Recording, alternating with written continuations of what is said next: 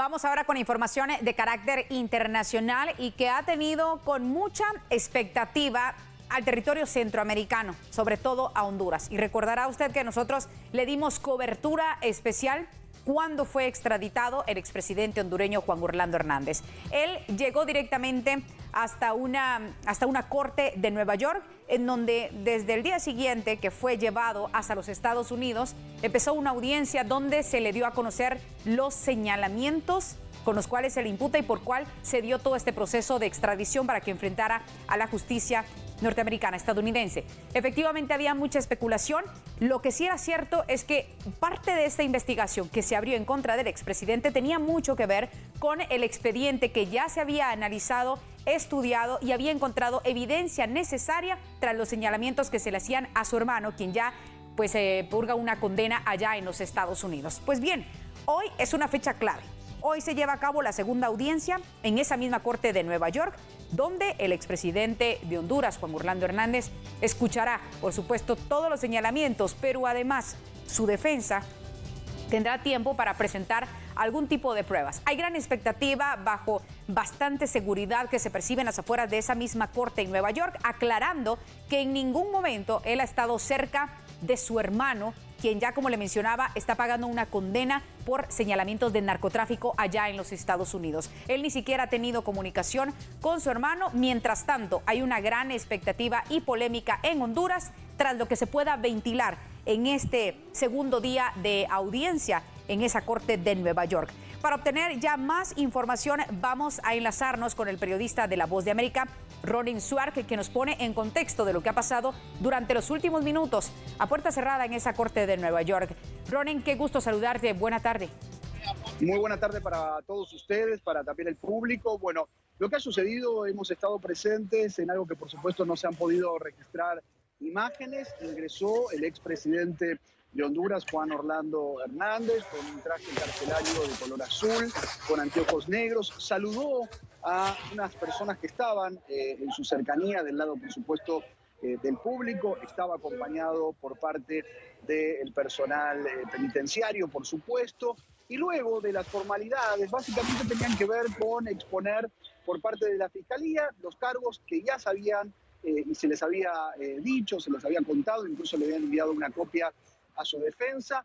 Era poner algunas fechas importantes. En principio, una de las primeras es el 28 de septiembre. ¿Qué es esta fecha? Va a ser el primer aproximación de las pruebas. ¿Qué quiere decir esto? Que la Fiscalía, me hubiera servido un escritorio, pero no lo tenían y me dijeron, ¿tenés eso o tus manos? De pruebas para que la defensa del expresidente de Honduras analice. Esa es la primera fecha. Y la segunda, muy importante, es el 17 de enero del año próximo, del 2023, cuando se empezarán a seleccionar los jurados para justamente luego juzgar a Juan Orlando Hernández. Bueno, fue con tranquilidad. Sí, también se expusieron algunos problemas que tiene hoy en la detención en Brooklyn. Esto es un correccional donde esperan sentencia las personas.